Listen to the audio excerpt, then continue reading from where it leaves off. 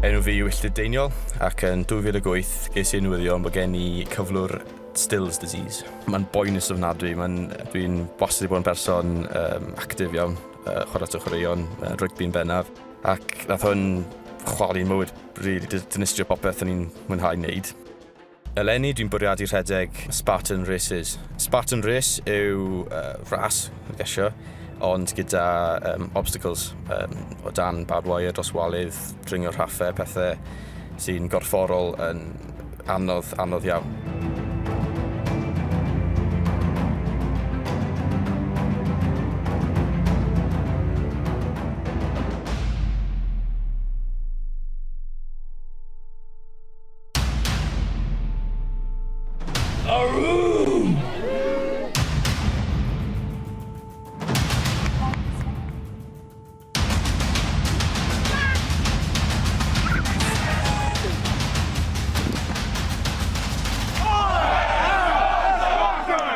Dyma fi yn Birmingham rwan, dwi'n hyderus ond eto'n bach fwy nerfus achos bod ras obviously yn ddwywaith cynhyrred y ras nes i ffefnos yn ôl. Dwi'n gweld lot o bobl yn dod o'r ras llondmwd y gwaed, felly gobeithio felly ymdopi gyda hwnna i gyd. Teimlo'n iawn, dwi'n paratoi'n iawn, dwi wedi cael digon iwta, llwyth o ddŵr. Gobeithio gallu gorffen y ras mewn digon amser a gallu bod yn eitha balch o gorffen y ras mewn amser da. Ond on i bai am hynny, pure nerves rwan. You will define yourselves and the history books will remember your names. Rhan! Are you ready for battle?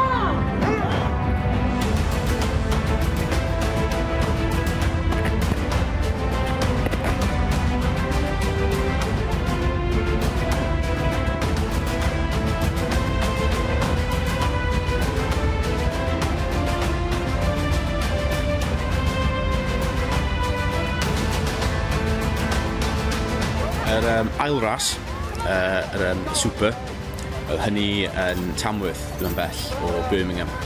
Cwrs yma yn un hyfryd, oedd golygfeydd ffantastig, ond oedd yn anodd. Dim lot o gyfle i mwynhau'r olygfa pan ti'n tropio yn y dan barbed wire ac yn neud yr yswaliau ac yn dragio pethau trwm yn tu ôl i ti.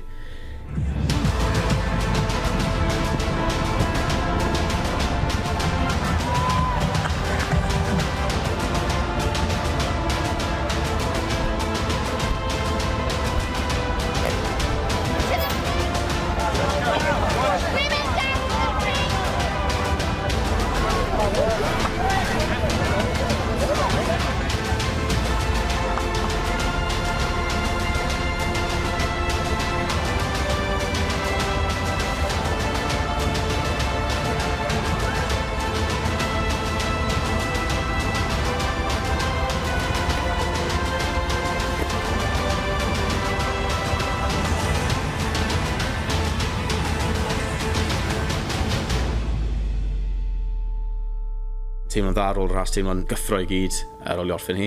Ond cofio wedyn bod y ras nesaf wedi am redeg dros dwywaith cynfelled gyda dros 3 gwaith gymaint o rwystrau. Felly dim amser i ymlacio ar ôl y ras, oedd hi'n syth nôl i ffordd i. Falle botel bach o gwrw, ond syth nôl iddi. Ac dim lot i fynd tan y ras nesaf.